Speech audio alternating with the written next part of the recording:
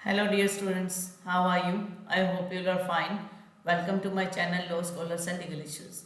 I am Advocate Vanita. I am presenting here again with another important concept that is related to Domestic Violence Act. In the last previous class of Domestic Violence Act, I have already discussed about the order that is related to protection. Sorry. तो आज हम discuss करेंगे residence order को, थोड़ा सा जितने भी उसके प्रोविजंस हैं उसको हम देखेंगे। बाकी इनमें इतना ज़्यादा कुछ समझने वाला है नहीं, सिंपल सी लैंग्वेज होती है, फिर भी मैं आपको वो कंसेप्ट अच्छे से कवर अप करवा दूंगी। Let's start to this lecture. Residence order क्या कहता है कि जब भी एक एप्लीकेशन लगेगी, कौन सी एप्लीकेशन, सेक्शन 12 की, तो उसमें मजिस्ट्रेट क्या करेगा, जब उसे लगेगा कि डोमेस्टिक वायलेंस टुक प्लेस हुआ है, वहाँ पर डोमेस्टिक वायलेंस हुआ है और जो भी एग्रीड पर्सन है उसको वहाँ से घर से निकाला गया है, उसको रहने के लिए कोई जगह नहीं है, तो वो क्या कर सकता है, पास है रेजिडेंस ऑर्डर, उसको रहने के लिए एक ऑर्डर पास करेगा कि वह कहाँ पर रहेगा। यहाँ पर है उसकी डिस्क्रिशनरी पावर। पहला, जब रेजिडेंस ऑर्डर पास करेगा तो क्या क्या कहेगा, रिस्ट्रेनिंग द रेस्पोंडेंट फ्रॉम डिस्पोजेसिंग और in any other manner disturbing the possession of the aggrieved person from the shared house hold whether or not the respondent has a legal or equitable interest in the shared household। कि वो ये कह रही है court कि अगर वो order pass करेगी तो फिर उसमें रिस्ट्रेन कर देगी। रिस्ट्रेन का मतलब रोक देगी रेस्पोंडेंट को कि वो जो है उस एग्रीमेंट को ना तो उस मकान से जहाँ वो रह रही है उसको निकालेगा और ना ही दूसरे अदर तरीके से उसको बार बार डिस्टर्ब करेगा, उसके पोजीशन को बार बार उसको परेशान भी नहीं करेगा कि आप मकान खाली करके जाइए, जो भी शेयर्ड हाउस होल्ड है जहाँ पर वो रह रही है। वेदर और नॉट, चाहे रेस्पोंडेंट का वहाँ पर कोई लीगल या इक्विटेबल इंटरेस्ट था या नहीं था, ये डजेंट मैटर, ये कोई मैटर नहीं करेगा कि उसका लीगल तौर पर क्या उस पर अधिकार है या इक्विटी के बेस पर क्या उसका कोई भी, अगर फैमिली की कोई प्रॉपर्टी है, फादर की कोई प्रॉपर्टी है, क्या उसका कोई शेयर वहाँ बनता है, किसी भी प्रकार का इंटरेस्ट अगर उसका है या नहीं भी है, तब भी वो क्या नहीं कर सकता, एग्रीड पर्सन को उस मकान से बाहर नहीं निकाल सकता और ना ही उसको किसी प्रकार से परेशान कर सकता है कि आप उसे खाली कर दो। डायरेक्टिंग द रेस्पोंडेंट, अब कोर्ट क्या कर सकती है, डायरेक्ट कर सकती है रेस्पोंडेंट को टू रिमूव हिमसेल्फ, कि वो अपने आप को भी उस घर से रिमूव कर दे, हटा दे। कहने का मतलब है कि मान लीजिए ये एक हाउस है, इस हाउस के अंदर ये वाला कॉर्नर जो है वो उस एग्रीड के पास है और यहाँ पर जो है रिस्पोंडेंट रह रहा है, वो बार बार उसको ताने मारता, परेशान करता है, ऐसा लगता है कि ये इसके लिए खतरनाक साबित हो सकता है, तो वो कोर्ट को लगे तो वो उसको भी वहाँ से हटने के लिए कह सकती है। फिर नेक्स्ट पॉइंट कहता है रिस्ट्रेन करेगी कोर्ट रेस्पोंडेंट को या उसके किसी भी रिलेटिव को कि वो जो पोर्शन जो है ये वाला, ये जो दिया गया है शेयर हाउस होल्ड का, तो वहाँ पर भी वो इंटरफेयर ना करे। रिस्पोंडेंट को इस बात के लिए भी रिस्ट्रेन करेंगे कि वो एलिनेट नहीं करेगा प्रॉपर्टी को, किसी को और को ट्रांसफर नहीं करेगा राइट, ना ही डिस्पोजिंग ऑफ करेगा या ना ही उसको पूरी तरह से बेचेगा शेयर्ड हाउस होल्ड को, और अनकम्बरिंग द सेम, या जहाँ भी वो वहाँ पर रह रहे हैं एनकम्बर कर रहे हैं उस एरिया को सेल या डिस्पोज ऑफ नहीं करेगा, ना ही एलिनेट करेगा, तो ये उस पाबंदियाँ उस पर लग जाएंगी। फिर restraining the respondent from renouncing his right in share household, कि शेयर हाउस होल्ड में अगर रेस्पोंडेंट का कोई राइट बन रहा है प्रॉपर्टी का और वो अपने उस राइट को छोड़ रहा है, रेनाउंस कर रहा है, तो वो कर सकता है, लेकिन बिना कोर्ट की परमिशन के नहीं कर सकता। Directing the respondent to secure same level of alternate accommodation for the aggrieved person as enjoyed by her the share household और to pay rent for the same if circumstances required, कि मान लीजिए जिस भी share household में, जिस भी ससुराल में, जिस अच्छे मकान में वो रह रही थी, वैसा का वैसा सिक्योर ऑल्टरनेट अकोमोडेशन एंड के लिए उसको जगह देगा या उसके लिए रेंट पे करेगा, जो भी सर्कमस्टेंसेस कहती हैं।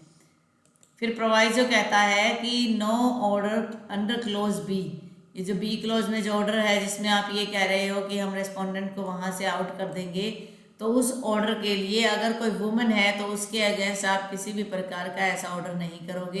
एक वुमन को आप ये नहीं कह सकते कि आप जो उस घर से निकल जाइए, तो ये शैल बी वर्ड है, कंपल्सन है, कोर्ट के ऊपर ऐसा ऑर्डर वो कोर्ट नहीं पास कर सकते। तो अगर हम फर्स्ट क्लोज की बात करते हैं, वो स्पेसिफिकली एक ऑर्डर पास कर देगा और कुछ लिमिट्स उस पर जो है वो लगा दी जाएगी। अब अगर हम बात करते हैं नेक्स्ट पॉइंट की, नेक्स्ट कहता है कि the magistrate may impose any additional condition or pass any other direction which he may deem reasonably fit। अगर मान लो मजिस्ट्रेट को ये लगता है कि कुछ कंडीशन और भी होनी चाहिए और कुछ एडिशनल कंडीशन वो लगाना चाहता है, किस पर्पज़ के लिए, जो नेसेसरी है टू प्रोटेक्ट और to provide for safety of the aggrieved person और any child of aggrieved person. अगर लगता है कि एग्रीड पर्सन को जान का खतरा हो सकता है तो कुछ अदर जो कुछ कंडीशंस है वो भी इम्पोज कर सकते हैं। The magistrate may require from the respondent to execute a bond, एक बॉन्ड बनने के लिए कह सकते हैं जिसमें वो सिक्योरिटीज़ की भी डिमांड कर सकती है कोर्ट, और नहीं भी वो इसलिए बॉन्ड बनवाया जा रहा है कि वो फर्दर जो है डोमेस्टिक वायलेंस का एक्ट नहीं करेगा। फिर एन ऑर्डर अंडर सबसेक्शन 3, जो सबसेक्शन 3 में जो आप बॉन्ड फुलफिल करवा रहे हो वो बॉन्ड जो है वो सीआरपीसी के प्रोविजन को फॉलो करके किया जाएगा। जो सीआरपीसी में प्रोविजन है बॉन्ड से रिलेटेड वो प्रोविजन जो है फॉलो करोगे। While passing an order under subsection 1, subsection 2, subsection 3, the court may also pass an order directing the officer in charge of the nearest police station. जब बाकी order pass करेगा तो magistrate क्या करेगा, जो पास का जो पुलिस स्टेशन होगा उसको भी एक ऑर्डर दे देगा to give protection to the aggrieved person, के एग्रीड पर्सन को आप प्रोटेक्शन दीजिए, और टू असिस्ट हर, या उसको जब भी जरूरत पड़े आप उसकी मदद कीजिए, और the person making an application on her behalf of implementation of the order. या मान लीजिए अगर पर्सन खुद नहीं आ रहा है, उसके बिहाफ पर उसके पेरेंट्स या ब्रदर या कोई भी रिलेटिव आ रहा है और वो आपको कह रहा है, एप्लीकेशन दे रहा है उसके बिहाफ पर, तो आप उसे असिस्ट करेंगे और उसको प्रोटेक्शन भी प्रोवाइड करेंगे। While making an order under subsection 1, subsection में जब भी ऑर्डर बनेगा the magistrate may impose on the respondent obligation relating to the discharge of rent and other payments.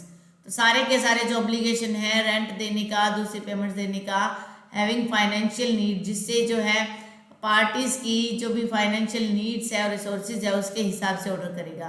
कि मान लीजिए मजिस्ट्रेट ने ऑर्डर कर दिया कि वो रेंट पे करेंगे, दूसरी पेमेंट देंगे। अगर मजिस्ट्रेट को लगता है कि वहाँ पर जो है फाइनेंशियल कंडीशन कम है तो वो ऑर्डर में कम पेमेंट करेगा। जो भी फाइनेंशियल नीड्स है वो देखेगा और कितने रिसोर्सेज है पार्टीज के पास उसके हिसाब से ही वो ऑर्डर करेगा। The magistrate may direct the officer in charge of the police station in whose jurisdiction the magistrate has been approved to assist in implementation of the order. Officer in charge को direct करेगा कि वो उस order को भी implement करवाने में मदद करे। The magistrate may direct the respondent, और रेस्पोंडेंट को ये भी डायरेक्शन देगा कि वो जो भी स्त्री धन था या कोई अदर प्रॉपर्टी थी या कोई वैल्यूएबल सिक्योरिटी है, गोल्ड वगैरह है या कुछ और भी अमाउंट है, पेमेंट है जिसकी वो हकदार है, एग्रीड शी इज एंटाइटल, तो वो उसको वापस कर देगा। तो जब भी रेजिडेंस ऑर्डर पास करेगा उसमें अकेला रेजिडेंस ऑर्डर नहीं होगा बल्कि सम अदर ऑर्डर्स भी होंगे। तो अगर इसको आप ओवरऑल व्यू में देखिए तो मैं इसको थोड़ा सा पॉइंट वाइज आपको बता देती हूँ जिससे आप अपने पॉइंट्स बना सकते हो और इजीली आपको समझ आ जाएगा।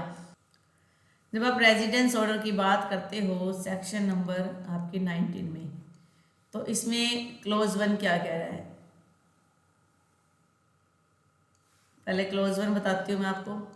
क्लोज 1 क्या कह रहा है कि वो क्या करेगा, एक रेजिडेंस ऑर्डर देगा, उसमें एक तो रिस्ट्रेन करेगा, किन किन चीज़ों के लिए रिस्ट्रेन करेगा वो आप देख लीजिए। रिस्ट्रेन, ठीक है, पहला पॉइंट तो रिस्ट्रेन करेगा कि नॉट टू डिस्पोजेस। पहला पॉइंट क्या है, नॉट टू डिस्पोजेस, डिस्पोजेस नहीं कर पाएगा, ठीक है। सेकंड पॉइंट आप कह सकते हो कि रिस्ट्रेन करेगा उसको कि वो उस शेयर हाउस होल्ड में या जो उसके रिलेटिव है वो भी वहाँ नहीं आनी चाहिए। पहले तो हम बात करते हैं रिस्पोंडेंट के लिए। रिस्पोंडेंट को एक रिस्ट्रेन करेगा not to alienate, not to alienate the property और डिस्पोज ऑफ द प्रॉपर्टी, ठीक है। फिर वो कह रहा है कि not to renounce, not to renounce any right in house hold,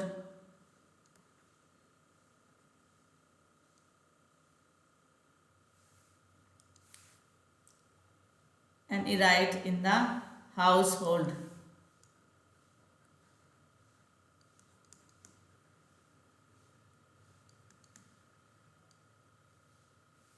एक सेकेंड में दोबारा से बनाती हूँ पॉइंट, थोड़ा सा राइटिंग का इफेक्ट आ रहा है, पता नहीं क्यों। देखिए, तो क्लोज वन की अगर हम बात करते हैं तो उसके अंदर क्या है, एक तो रेस्पोंडेंट के लिए क्या क्या आपको पाबंदियां लगाएंगे, और एक जो है रिलेटिव्स के लिए। जब रिस्ट्रेन करेंगे तो रिस्ट्रेन किस चीज़ के लिए करेंगे? पहला, not to dispose, not to disposes, not to disposes. Second, not to alienate, not to alienate. Third, not to renounce, not to renounce his rights in shared household, किसी भी प्रकार के राइट्स को रिनाउंस नहीं करेगा। नेक्स्ट पॉइंट,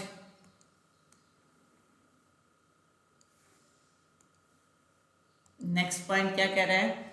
नेक्स्ट पॉइंट कह रहा है कि कितनी चीज़ों के लिए रिस्ट्रेन कर रहा है? एलिनेट, रिनाउंस नहीं करेगा, और सबसे पहले ये इंपॉर्टेंट पॉइंट। अब बात करते हैं हम डायरेक्ट। डायरेक्ट किस किस के लिए करेगा? डायरेक्ट कोर्ट करेगी कि वो रिस्पोंडेंट का कहेगा कि टू रिमूव हिमसेल्फ, अपने आप को वहाँ से रिमूव कर दे, अपने आप से रिमूव कर दे। But this order shall not be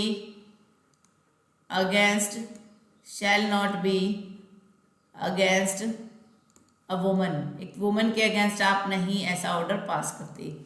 फिर और क्या डायरेक्ट करेगा? उसको डायरेक्ट करेगा कि आप क्या करोगे, जो भी ऑल्टरनेटिव अकोमोडेशन है वो आप दोगे, ऑल्टरनेटिव अकोमोडेशन दोगे। अगर आप वहाँ नहीं रखना चाहते तो आप ऑल्टरनेटिव अकोमोडेशन वहाँ दे दोगे। उसके अलावा अगर अकोमोडेशन नहीं दे पा रहे हो तो आप क्या करोगे? पे रेंट, आप फिर पे रेंट पे करोगे। अब सेकंड जो पॉइंट है वो है हमारा रिलेटिव। रिलेटिव के लिए क्या क्या बाउंडेशन है कि नॉट टू, रिलेटिव के लिए कहेंगे कि वो भी किसी प्रकार से not to enter into, not to enter into the portion of aggrieved, aggrieved के किस पोर्शन में आप एंटर नहीं करोगे। ये स्पेसिफिकली कुछ पॉइंट्स हैं जो क्लोज वन हमें बात बताता है। फिर इसके बाद अगर आप समझो तो एडिशनल ऑर्डर जो है वो कोर्ट दे सकती है, additional conditions and terms, and additional conditions and terms भी वो जो है कोर्ट वहाँ पर लगा सकती है। क्लोज टू कहता है आपका। फिर अगर कोर्ट को लगता है तो थ्री और फोर्थ क्लोज कहता है कि अगर कोर्ट को लगता है तो execute a bond, execute a bond with और विदाउट श्योरिटीज, विद और without sureties as per the provisions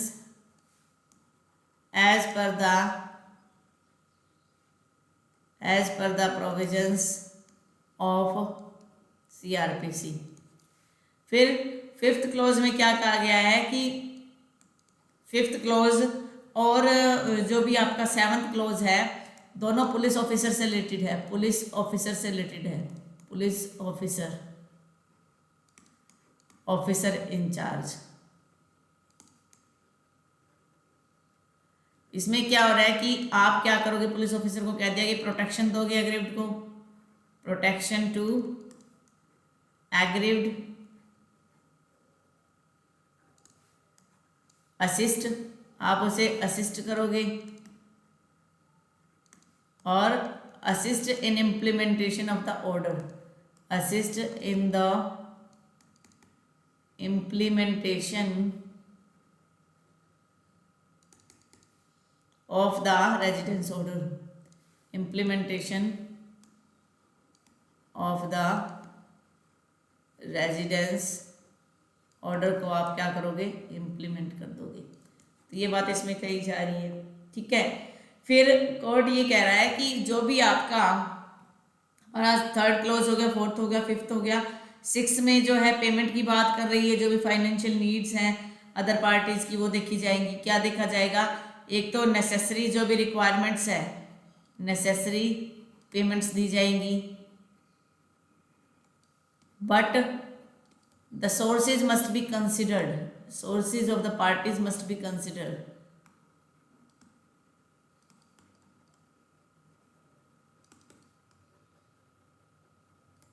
must be considered। जो भी पार्टी के सोर्सेज है उसको आप कंसिडर करोगे।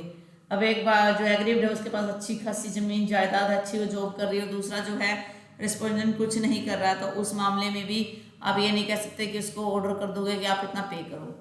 नेक्स्ट पॉइंट है इसके अंदर कि जो भी स्त्री धन है, return stridhan, any property, valuable security, valuable security to which aggrieved is entitled to। ये जो है सारे के सारे पॉइंट्स कोर्ट कंसीडर करेगी। तो ये है हम आज का हमारा कंसेप्ट रेजिडेंस ऑर्डर। उम्मीद करती हूँ कि आपको आज का ये जो कंसेप्ट है क्लियर हो गया होगा। अगर फिर भी आपको किसी प्रकार का डाउट है तो आप मुझे कमेंट कर दीजिए।